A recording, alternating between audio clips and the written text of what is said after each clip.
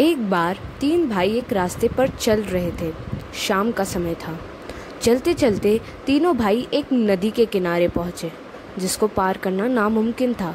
पर चूंकि वह तीनों जादू जानते थे, उन्होंने अपनी छड़ियाँ घुमाई और जादू से एक पुल बना दिया।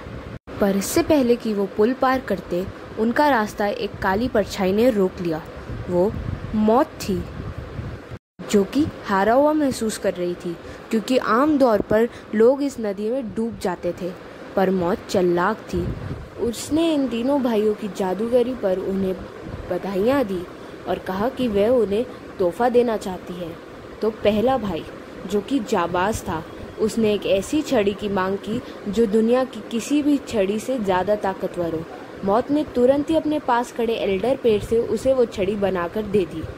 फिर दूसरा भाई, जो कि घमंडी था, उसने मौत को और नीचा दिखाने का तय किया और एक ऐसी शक्ति की मांग की जो मरे हुए लोगों को कब्र से जिंदा कर सके। मौत ने तुरंत ही नदी की गहराइयों से उसे एक पत्थर निकाल कर दे दिया। फिर मौत तीसरे भाई की ओर बढ़ी, जो तीनों भाइयों में सबसे विनम्र और बुद्धिमान था। उसने मौत पर भरोसा नहीं किया और ऐसी चीज़ की मांग की जिससे कोई उसे ना देख सके, और मौत को ना चाहते हुए भी उसे अपना अदृश्य चोगा देना पड़ा। फिर मौत उनके रास्ते से हट गई और तीनों भाई अपने अपने सफ़र पर निकल पड़े।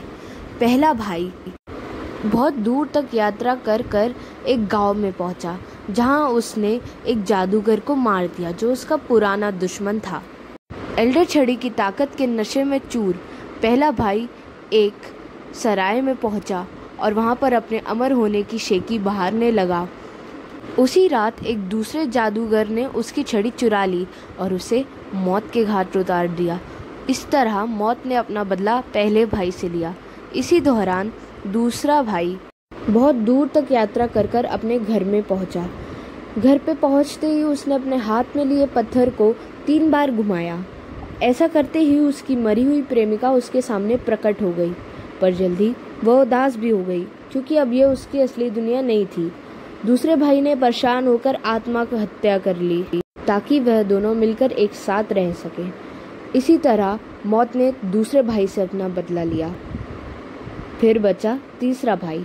मौत ने कई सालों तक तीसरे भाई को ढूंढा, पर वो उसे नहीं मिला। बहुत साल बाद जब तीसरा भाई बहुत बूढ़ा हो गया, उसने अपना अदृश्य चोगा खुद ही उतारा और अपने बेटे को दे दिया, और मौत से एक पुराने दोस्त की तरह गले लग गया और उसके साथ चला गया। ना जीता ना हारा।